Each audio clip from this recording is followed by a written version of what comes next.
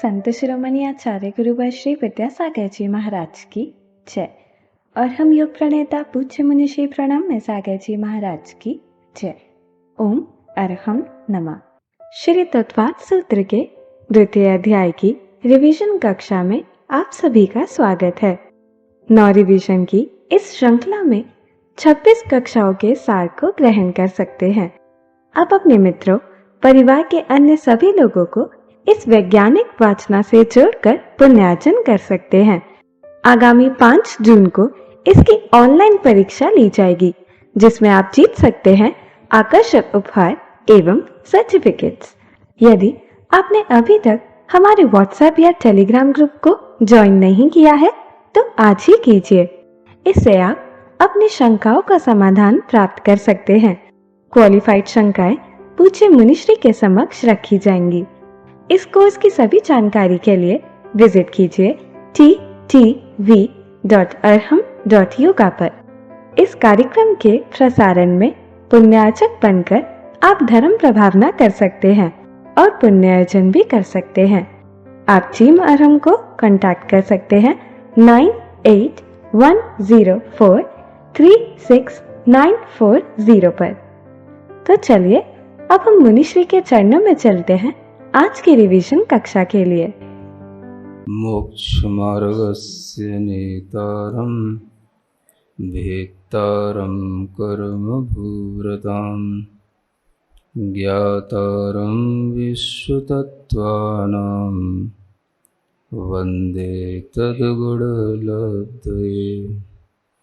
देवादिदेव आदिम तीर्थंकर श्री ऋषभनाथ भगवान की, वर्तमान शासन नायक श्री वर्धमान महावीर भगवान की, परम पूज्य आचार्य गुरुवर श्री विद्यासागर जी महाराज की। तत्वार्थ सूत्र ग्रंथराज में द्वितीय अध्याय के अंतर्गत जीव के स्वतत्व रूप 5 भावों का वर्णन क्रम से किया जा चुका है। पारिणामिक भाव के बारे में भी आपको कल बताया गया है, और इस तरह के पारिणामिक भाव में कौन सा भाव जीव में सदैव रहता है और कौन सा भाव पारिणामिक होते हुए भी सिद्ध अवस्था में छूट जाता है, यह भी आपको बताया था। यह जो पारिणामिक भाव है, यही जो जीवत्व रूप भाव है, इसी को और आगे समझने के लिए आगे का सूत्र आता है उपयोगो लक्षणम। यह सूत्र जीव का लक्षण बताने के लिए है। आत्मा का लक्षण क्या होता है, यह आपको पहले भी बताया है कि लक्षण वह होता है जिससे हम बहुत सारी वस्तुओं के बीच में से उस एक वस्तु को निकाल सकें, पृथक कर सकें। एक वस्तु को मिली हुई बहुत सारी चीज़ों में से समझ सकें। उसको समझने के लिए हमें लक्षण की जरूरत पड़ती है। वह लक्षण जो होता है वो वस्तु का अपना एक विशेष धर्म होता है, वस्तु का, पदार्थ का अपना एक विशेष गुण होता है, जिसको हम उसकी एक स्पेशल क्वालिटी या उसका कोई स्पेशल एट्रीब्यूट, ये भी हम उसका गुण धर्म के रूप में उसको कह सकते हैं। यह जो लक्षण है वो जीव का अन्य जितने भी द्रव्य हैं या अन्य जितने भी पदार्थ हैं उनसे पृथक करने के लिए यह जीव का लक्षण जानना जरूरी बताया गया। क्योंकि संसार अवस्था में तो जीव कर्म के साथ भी मिला हुआ है, पुद्गल शरीर के साथ भी मिला हुआ है, तो हम जीव की पहचान कैसे करेंगे? जीव को कैसे समझेंगे कि कहाँ जीव है और जीव के अंदर का लक्षण क्या होना चाहिए? 6 द्रव्यों से भरा हुआ ये पूरा लोक है, और उस लोक में सर्वत्र अनेक प्रकार की पुद्गल वर्गणाएं, पुद्गल स्कंधों का समूह भरा पड़ा है। अजीव पदार्थ तो हमें प्रत्यक्ष दिखाई देते ही हैं। उनके बीच में जीव को जानना और जीव को हम इन सब द्रव्यों से पृथक करके जान सकें, इसलिए उसका लक्षण जानना जरूरी है। तो लक्षण क्या काम करता है? अन्य वस्तु व्यतिकीर्ण व्यावृत्ति हेतु लक्षण। जो अन्य वस्तुओं से मिला हुआ जो अनेक प्रकार का द्रव्य है उसमें से अलग कर देना, और उस अलग करने के लिए जो हेतु बनेगा, कारण बनेगा, वही उसका लक्षण कहलाएगा। जब आत्मा का लक्षण किया जाएगा तो वह लक्षण ऐसा होना चाहिए जो अन्य द्रव्यों में न पाया जाए। इसी को कहा जाता है असाधारण लक्षण। वह उसकी विशेष गुणवत्ता होती है, उसी से उस विशिष्ट द्रव्य को हम अलग कर पाते हैं। तो आत्मा का क्या लक्षण है, यह पूछने पर आचार्य कहते हैं उपयोगो लक्षणम। इसके ही माध्यम से हम जीव को अन्य दूसरे जीवों से भी अलग कर सकते हैं और इसी के माध्यम से हम जीव को जो जीव से मिले हुए कर्म आदि हैं उनसे भी अलग कर सकते। अब जीव भी आप कहोगे जीव हमें दिखाई दे रहे हैं वही जीव हैं, ऐसा भी नहीं है। जो नहीं दिखाई देते वो भी जीव होते हैं। आप केवल पंचेंद्रिय जीव को जीव समझेंगे, ये तो आपकी बहुत ही व्यवहारिक स्थूल दृष्टि होगी। जब आप जीव सिद्धांत समझने लगेंगे तो आपके अंदर अनेक तरह के जीवों की पर्यायों का ज्ञान होएगा और उसके माध्यम से आप जीव के लक्षण को समझ करके ही जीव को जान पाएंगे। तो आचार्य कहते हैं कोई भी जीव हो वह जीव हमेशा अपने उपयोग रूपी लक्षण को कभी छोड़ता नहीं। ये उपयोग क्या होता है? अब ये उपयोग आप जिस तरह से उपयोग शब्द का व्याख्यान करते हो वो उपयोग नहीं है। किताब का उपयोग क्या है? पढ़ना। वस्त्र का उपयोग क्या है? पहनना। उपयोग का मतलब यहाँ क्या है? जो उस आत्मा के साथ में निरंतर रहता हो और उसी आत्मा का जो चैतन्य परिणाम है उसी का वह हमेशा अनुकरण करता हो, उस चैतन्य परिणाम को ही हमेशा धारण करता हो और चैतन्य परिणाम को छोड़ता नहीं हो। इस तरह की जो क्रिया होगी या उस चेतना का जो व्यापार होगा उसका नाम उपयोग कहलाएगा। उपयोग को चैतन्य का अनुविधायी परिणाम कहा जाता है। अनुविधायी का मतलब होता है जो हमेशा उसी के अनुरूप रहे या उसी को धारण किए रहे, है ना। उस तरह का जो चेतना का परिणाम है वही चैतन्य परिणाम उपयोग कहलाता है। माने यूं समझें कि कल आपको बताया था जीव का पारिणामिक भाव क्या है? चैतन्य स्वभाव है। तो उसी चैतन्य को और थोड़ा सा समझने के लिए उपयोग का सहारा लिया गया। चैतन्य में क्या होता है? चैतन्य तो एक सामान्य भाव हो गया, हर जीव में पाए जाने वाला, अनुभव करने वाला जो भाव है वो हो गया चैतन्य। अब यही चैतन्य स्वभाव हमारे लिए जब काम करता है वस्तुओं को जानने में, तो वह वस्तुओं को जानने का जो व्यापार है, व्यापार का मतलब आपका बिजनेस नहीं, इन शब्दों का एक प्रयोग समझें। व्यापार माने क्रिया, प्रक्रिया, आदान प्रदान। हमने आंखें खोली और आंख खोल करके हमने अगर किसी पुस्तक को देखा या किसी वस्तु को देखा तो ये कहलाएगा चक्षु इंद्रिय का व्यापार। लोगों के साथ दिक्कत ये होती है कि उन्हें कोई भी शब्द जो उनकी अपनी धारणा में पड़े हैं उसी अर्थ में वो उसको लगाते हैं, है ना, और कोई अर्थ यहाँ पर दूसरा होता है तो उन्हें अलग से समझाना पड़ता है। तो वह समझाना इसलिए भी जरूरी है क्योंकि मैं जानता हूँ कि आप जब कुछ नहीं जानते तो आप इसका मतलब यही समझेंगे, इसलिए आपको हर एक शब्द के बारे में बताना पड़ता है ना। तो समझ आ गया? व्यापार माने क्या हो गया? जो क्रिया हो रही है, आदान प्रदान हो रहा है, माने जैसे आंख का खुलना, वस्तु का देखना जानना, तो आंख का ये व्यापार कहलाएगा, चक्षु इंद्रिय का व्यापार कहलाएगा। आंख खोलोगे तो वस्तु दिखेगी, बंद कर लोगे तो ना दिखेगी, तो ये आंख का व्यापार हो गया।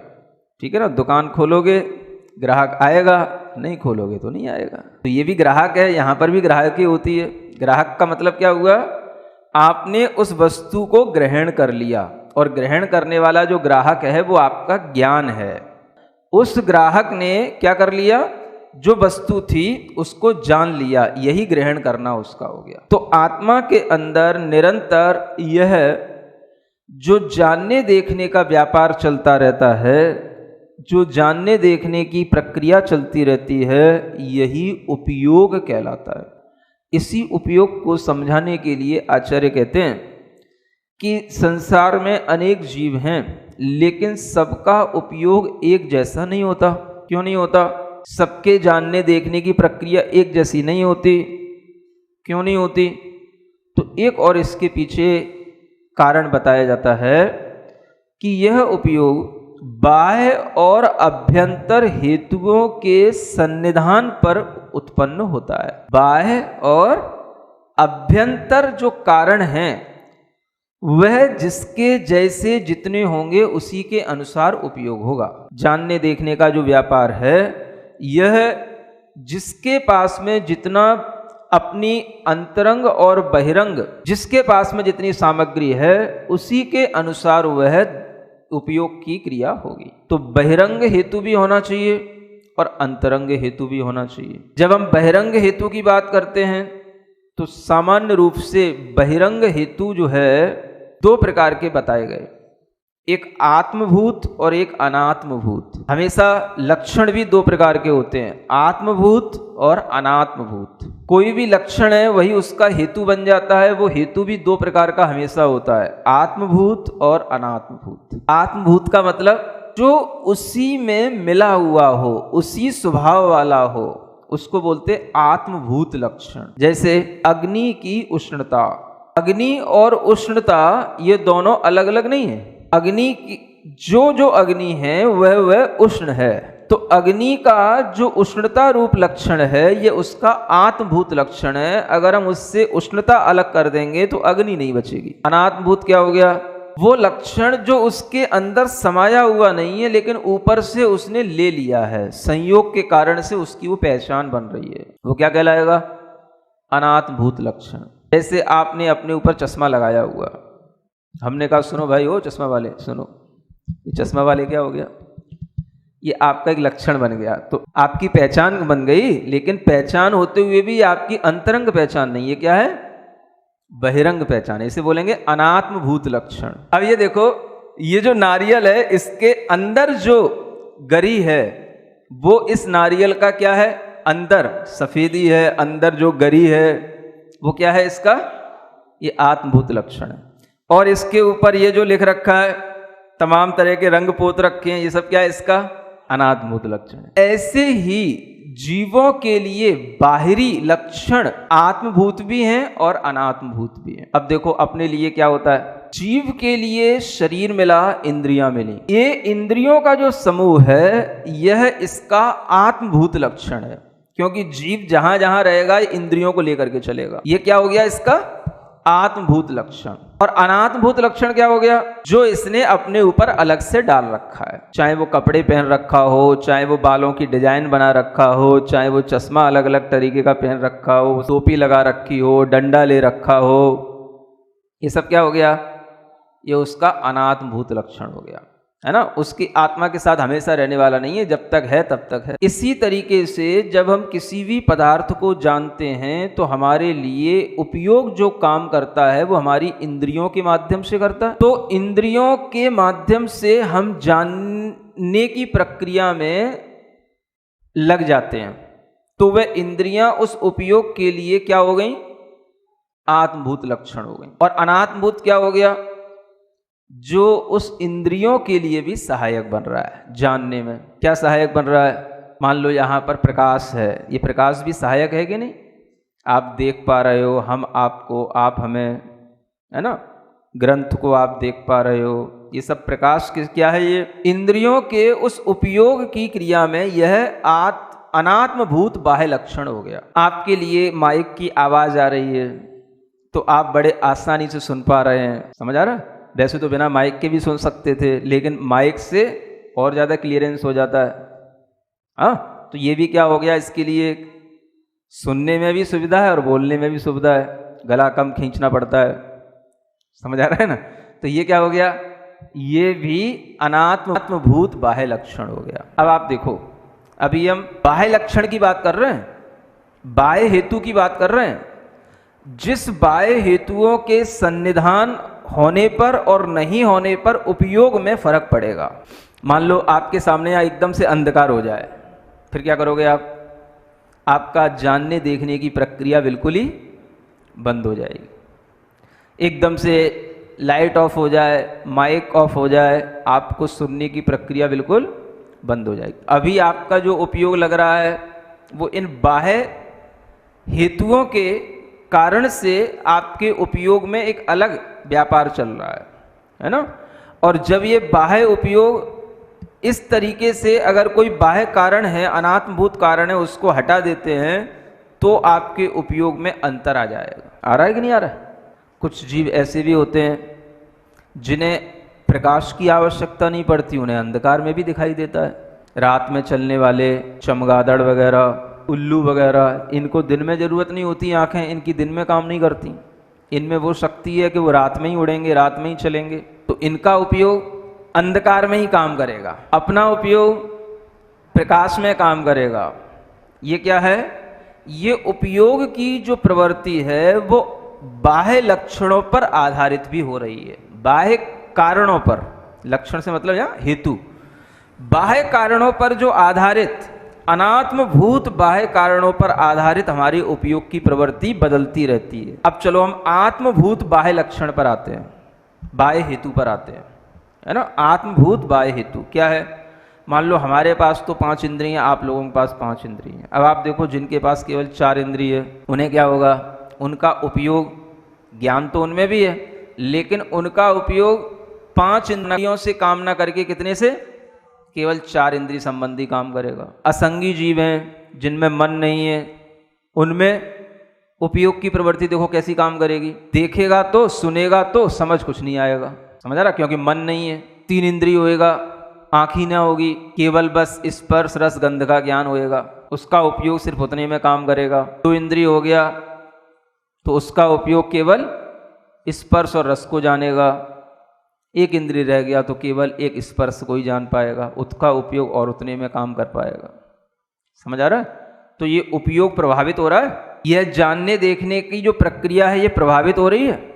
ये किसके कारण से हो रही है?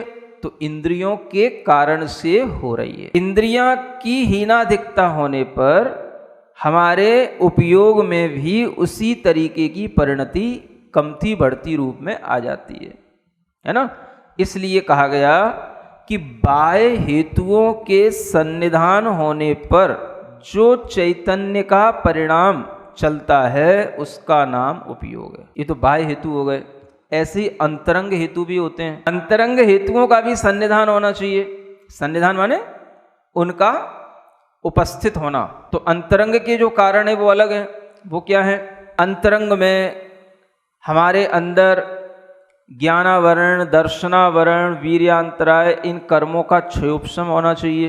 जब क्षयोपशम होगा तभी वो ज्ञान उस अंतरंग हेतु के होने पर ही बाह्य हेतुओं के सानिध्य से काम करेगा, अपना कोई व्यापार कर पाएगा। तो अंतरंग में कारण, अंतरंग हेतु उस उपयोग के लिए।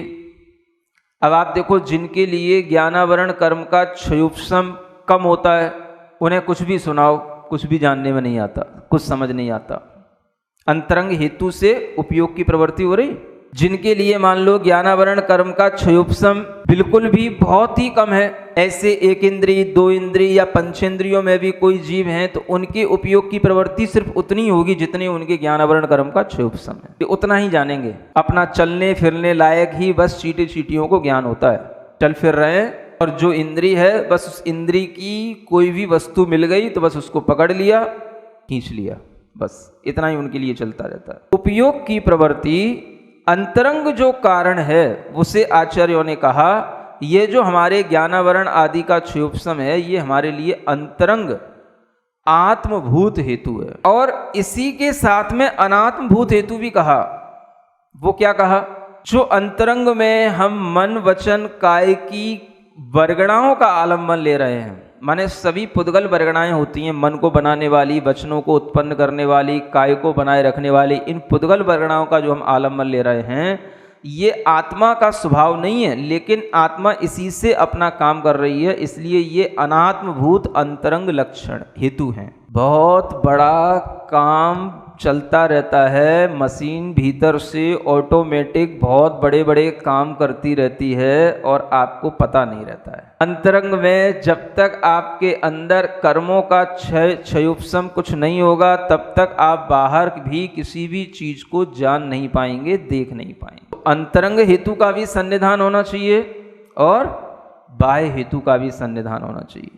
जब अंतरंग और बहिरंग ये दोनों कारण मिल जाते हैं तब उपयोग की जो प्रवृत्ति होगी वह उसका उपयोग जो है उस ज्ञान और दर्शन के साथ जो होगा वही उसका पहचान होगी, वही उसका कार्य होगा। इसलिए कहा गया कि उपयोग हमेशा अपने चैतन्य के परिणाम के साथ चला करता है। सोना है मान लो, स्वर्ण, आपने क्या किया, उस सोने का कुछ भी उसमें प्रोसेस करके उसको अलग अलग तरह की उसके लिए डिजाइनें दे दी। आपने सोने का कुंडल भी बना दिया, हो सकता है आप सोने का हार भी बना लें, सोने की आप कोई भी अंगूठी बना लें, समझ आ रहा है?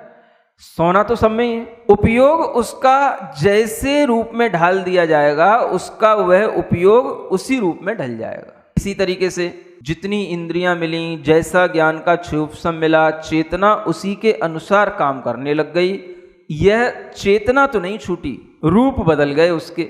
जैसे कुंडल बना दिया सोने का, हार बना दिया, अंगूठी बना दी, ऐसे ही अलग अलग चेतना की ये पर्याय बन गई। 5 इंद्रिय, 4 इंद्रिय, 2 इंद्रिय, और इसमें जो है वह चेतना अलग अलग तरह से अपने ज्ञान के क्षोभसम के अनुसार अपना ज्ञान आदि लिए हुए है।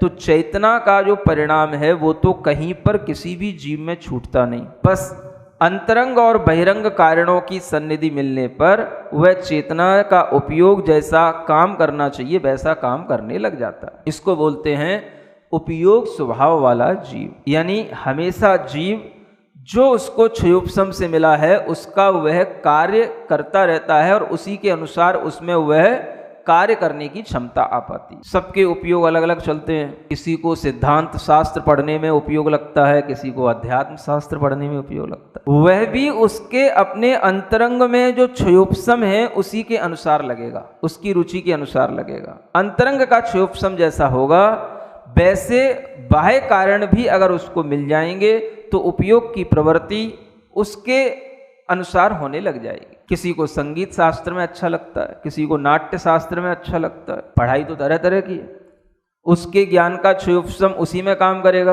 अब किसी को इतना ज्ञान में क्षयोपशम है कि वो संगीत के सब सुर, सब राग, सब जानेगा, उसे वो चीज़ कठिन नहीं लगेगी। और ये तत्वार्थ सूत्र सुनेगा तो कहेगा ये तो कुछ समझ ही नहीं आता है, क्या पढ़ाते रहते हैं महाराज, क्या बोलते रहते हैं। बोलते तो रहते हैं, तो सुनने में तो आ रहा लेकिन समझ तो कुछ नहीं आ रहा। समझ आ रहा है तो समझने की कोशिश करेगा तो समझ आएगा। जो हम कर रहे हैं, जो हमारी मशीन चल रही है, हमें उसी की नॉलेज दी जा रही है। आप अपने जीव के उस लक्षण के उपयोग के साथ ही चल रहे हो। जितना आप में क्षयोपशम है, जितना आप में अंतराय आदि कर्मों का क्षयोपशम है, उतना ही आप में उत्साह आदि होगा। जितना आपके अंदर पुण्य आदि है उसी के अनुसार आपको अनुकूलताएं मिलेंगी, उसी के अनुसार आपको बाहरी सुख दुख आदि की प्राप्ति होगी। ये सब में हमारा जो उपयोग लग रहा है वो चेतना का ही व्यापार चल रहा है, ये समझना चाहिए। इसलिए उपयोग का संबंध मुख्य रूप से ज्ञान और दर्शन के साथ है। किसके साथ? हाँ, ज्ञानोपयोग और दर्शनोपयोग। ये उस उपयोग के दो भेद हैं, बस वही आगे के सूत्र में बताया जा रहा है। सद्विविधोष्ट चतुर्भेद, क्या लिखा है? स माने वह उपयोग, द्विविध दो प्रकार का है। यहां ये नहीं बताया कौन सा दो प्रकार का है, उसके भेद बता दिए कि दो प्रकार में जो पहला प्रकार है वो 8 प्रकार का है और दूसरा प्रकार है वो 4 प्रकार का है। जहां आपके लिए पहले बताया जा चुका है, पहले अध्याय में 5 प्रकार के सम्यक ज्ञान हैं, 3 प्रकार के मिथ्या ज्ञान हैं। तो अब आप उसी से इसको जोड़ लेना। 2 प्रकार का है, तो कौन से 2 प्रकार का है? ज्ञानोपयोग और दर्शनोपयोग। अब इन दो में भी पहले कौन सा लें हम, ज्ञान लें कि दर्शन लें? तो देखो आगे जो भेद बताए हैं, 8 प्रकार के किसके भेद बनेंगे?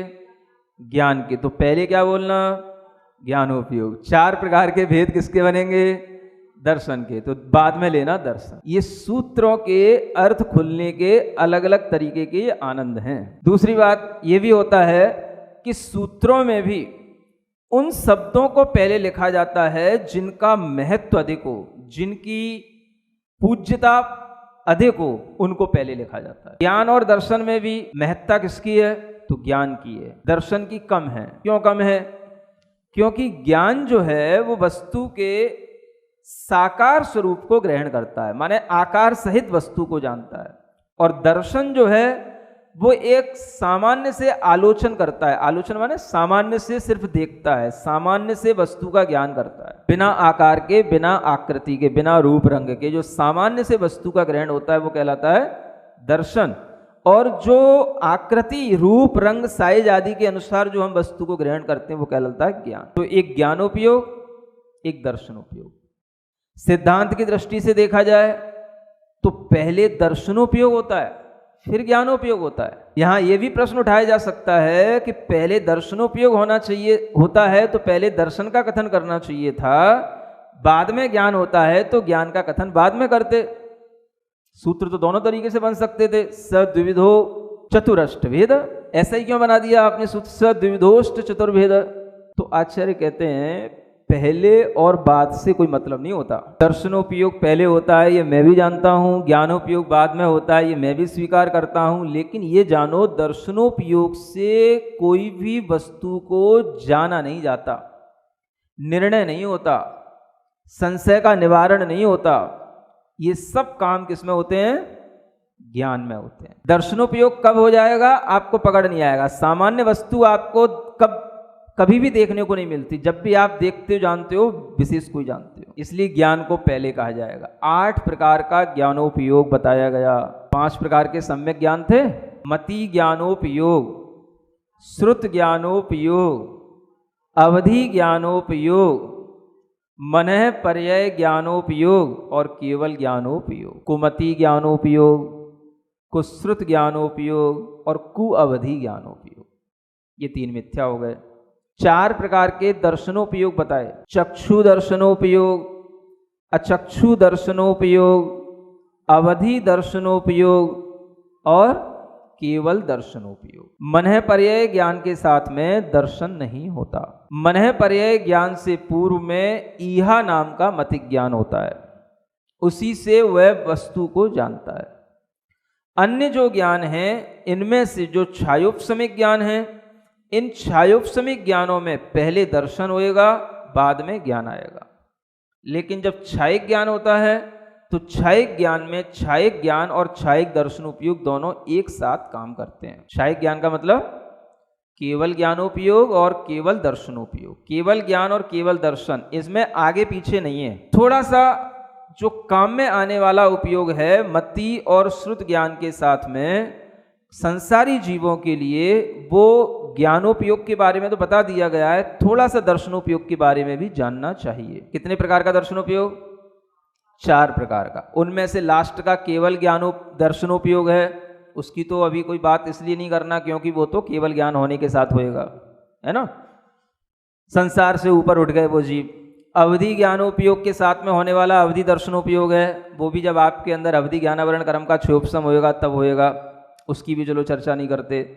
संसार में सब जीव जो रह रहे हैं मति और श्रुत ज्ञान के साथ, इनमें कौन कौन से जीवों में कौन कौन से दर्शनोपयोग हो सकते हैं ये आपको जानना चाहिए। चक्षु दर्शनोपयोग को पहले ले लिया, अचक्षु दर्शनोपयोग को बाद में लिया। इसमें भी यही कारण हो सकता है, होता है कि चक्षु हमारे लिए अधिक उपकारी है, अचक्षु कम उपकारी है। अन्य इंद्रियों में चक्षु दर्शनोपयोगी है, सभी इंद्रियों के दर्शनोपयोग नहीं है, केवल चक्षु दर्शनोपयोग है। यानी जिन जीवों के चक्षु इंद्री पाई जाएगी उन्हीं के लिए चक्षु दर्शनोपयोग होगा, और जो जीव चक्षु इंद्री से भी रहित हैं, जिनमें चक्षु इंद्रिय आवरण कर्म का क्षोभसम नहीं है, वो जीवों में केवल अचक्षु दर्शनोपयोग ही काम करेगा। अब आप बताएंगे कि चक्षु इंद्री कहाँ से शुरू होती है? 4 इंद्री से, है ना। तो 1 इंद्री में, 2 इंद्री में, 3 इंद्री जीवों में कौन सा दर्शनोपयोग होगा? अचक्षु दर्शनोपयोग होगा, ठीक है ना। फिर 4 इंद्री जीव में, उसमें दोनों शुरू हो गए, पिछले वाले छूट थोड़ी ना गए। आंख आ गई तो इसका मतलब ये थोड़ी नहीं कि हमें स्पर्शन इंद्री से कोई ज्ञान नहीं होगा, कि रसना इंद्री से कोई ज्ञान नहीं होगा। उसके ज्ञान से पहले भी जो दर्शनोपयोग काम करेगा उसका नाम क्या होगा? अचक्षु दर्शनोपयोग। माने 4 इंद्री, असंगी पंचेंद्री, पंचेंद्री, सभी जीवों में चक्षु दर्शनोपयोग भी मिलेगा और अचक्षु दर्शनोपयोग भी मिलेगा। तो चक्षु इंद्री के साथ, ज्ञान के साथ में, उससे पहले जो होने वाला वस्तु को सामान्य रूप से जानने वाला जो आत्मा की प्रक्रिया है या व्यापार है, उसका नाम हो गया चक्षु दर्शनोपयोग, और अन्य इंद्रियों से होने वाला जो ज्ञान है उससे पहले जो आत्मा का एक सामान्य अवलोकन हो जाता है, वस्तु को सामान्य रूप से देखने में आ जाता है, उसका नाम होता है अचक्षु दर्शनोपयोग। आपके पीछे अगर कोई बाल हैं और उन बालों में भी आप पीछे कुछ लगा लेते हो, क्या बोलते हो उसको, गजरा, तो भी आप बिना देखे उसको लगा लेते हो और फिट बैठ जाता है, वो सही से लग जाता है। चुटिया बनाने वाले सब अपनी चोटी बिना देखे ही बना लेते हैं। किससे बना लेते हैं? दिख तो रहा है आपको, लेकिन वो कौन सा उपयोग है? बिना आंखों के दिखने वाला, वो अचक्षु दर्शन उपयोग है। ज्ञान से आप काम कर रहे हो, लेकिन उससे पहले भी एक दर्शन चल रहा है, उसका नाम क्या है? अचक्षु दर्शन उपयोग। देखो कितना अपने को पता पड़ जाता। मान लो आपको पसीना आ रहा है, गले से पसीना आ रहा है, आपको दिख तो नहीं रहा, पसीना आपके गले पे टपकने लगेगा या रिसने लगेगा तो आपको उस पसीने का ज्ञान होने लगेगा, यहाँ पसीना आ रहा है, ये नाक के ऊपर पसीना आ रहा है ये आपको ज्ञान हो रहा है। तो ज्ञान से पहले क्या होएगा? दर्शन जरूर होएगा। तो वो दर्शन का नाम क्या है? जो आंखों से नहीं हो रहा, उसका नाम हो गया अचक्षु दर्शन। वो स्पर्शन इंद्रिय संबंधी हो, चाहे रसना इंद्रिय संबंधी हो, चाहे कर्ण इंद्रिय संबंधी हो या घ्राण इंद्रिय संबंधी हो, ये सब किसको कहलाएंगे? ये सब के ज्ञान से पहले होने वाला जो आपके लिए दर्शनोपयोग होगा, उसको क्या जानेंगे? अचक्षु दर्शनोपयोग। तो आप देखो अपने उपयोग को, अपने चेतना के ज्ञानोपयोग, दर्शनोपयोग की प्रवृत्तियों को आप कितनी तरीके से करते रहते हो, आपको पता कुछ नहीं है। बस ये ऑटोमेटिक मशीन चल रही है, पसीना आ गया पहुंच लिया, ये हो गया, वो कर लिया, ये कर लिया, वो कर लिया, होगा क्यों, कर क्यों रहे, ये कभी जानने में नहीं आता। तो आप देखो आपके पास कितने उपयोग हैं। अभी आप संगी पंचेंद्रिय मनुष्य हैं, ठीक है, तो बताएंगे आप 8 प्रकार के उपयोगों में से आपके पास कितने उपयोग काम कर रहे हैं? आप में कितने? 2। और दर्शनोपयोग कितने? 2। ये 4 उपयोग आपके अंदर काम कर रहे हैं, माने ज्ञान और दर्शन ये 2-2 रूप में आपके अंदर काम कर रहे हैं। और ये भी जानना, इन 4 में से एक समय पर एक ही उपयोग होता है। जिस समय दर्शनोपयोग काम करेगा तो ज्ञानोपयोग नहीं करेगा, दर्शनोपयोग में भी अचक्षु काम करेगा तो चक्षु नहीं करेगा, चक्षु करेगा तो अचक्षु नहीं करेगा, और ज्ञान में भी जब मतिक ज्ञान काम करेगा तो श्रुत ज्ञान नहीं करेगा, श्रुत ज्ञान करेगा तो मतिक ज्ञान नहीं करेगा, क्योंकि आत्मा तो एक ही है ना। उसके ये 4 तरीके के उपयोग हैं, इनसे वह आत्मा जानना देखना, जानना देखना, हर समय जल्दी जल्दी बहुत सारी चीजों का एक साथ सब करने की कोशिश करता है जितनी उसमें क्षमता होती है। तो इस प्रकार के अपनी अंतरंग आत्मा को आप आंख बंद करके तभी जान पाएंगे जब आपको पता हो कि भीतर क्या है। अब आंख बंद करके क्या देखना? मेरी चैतन्य आत्मा में मतिक ज्ञानावरण कर्म के क्षयोपशम से, श्रुत ज्ञानावरण कर्म के क्षयोपशम से, वीर्यांतराय कर्म के क्षयोपशम से मतिक ज्ञान श्रुत ज्ञानोपयोग निरंतर प्रवाहित है। चक्षु दर्शनावरण अचक्षु दर्शनावरण कर्मों के क्षयोपशम से चक्षु दर्शनोपयोग अचक्षु दर्शनोपयोग की निरंतर धारा चल रही है। लेकिन इतने उपयोगों में भी प्रति समय एक एक उपयोग ही काम करता है। हर अंतर मुहूर्त में वह उपयोग बदल करके अपना निरंतर काम करता रहता है, बिना थके बिना रुके। ये हमेशा मशीन चलती रहती है। जैसे क्षयोपशम मिले वैसे इस जीव ने उपयोग की परिणति बना ली, वैसी लब्धियां हुई और वैसी उपयोग की परिणति बन गई। अन्य भी जो एक इंद्रिय आदि जीव हैं उनमें भी देखो आप क्या चल रहा है। उनमें मतिक ज्ञान का श्रुत ज्ञान का इतना जघन्य क्षयोपशम है, इतना न्यून क्षयोपशम है कि वह उन्हें महसूस ही नहीं होता कि मैं ज्ञानवान चैतन्य आत्मा हूं, वो उनको महसूस ही नहीं हो सकता। यही आपके अंदर उपयोग की परिणति जब दूसरे जीवों के भी जीवत्व को पहचानने में काम आएगी, तभी आप समझ पाओगे कि जीव की पहचान करना कितना कठिन काम है। ये विज्ञान के भरोसे का काम नहीं है। इसलिए कहा जाता है विज्ञान को कुछ नहीं आता, विज्ञान तो केवल पुद्गलों का समावेश कर सकता है। बस तरह तरह के जो लोहा चांदी ये पुद्गल वर्गणाएं जो पकड़ में आ जाती हैं, शब्द हैं पकड़ में आ जाते हैं, तो इनका संचार करना, दूर संचार, समझ आ रहा है, दूरदर्शन, इस तरह की जो सब पुद्गल के आश्रित जितनी भी टेक्नोलॉजी है वो सब पुद्गल के आश्रित है। जीव के आश्रित विज्ञान के पास कोई खोज नहीं होती है। सिरिजिणवाणी जग कल्याणी जग जन मदतम मोहरी जनमण हारी गढ़हर हारी जम जरा भव रोग हरि तिथियराणम दिव्यझुणिम जो पढ़ई सुणई मय्ये धारई णाणम सौख मणंतम धरिय सासद मोक्ष पदम पावई सासद मोक्ष पदम पावई।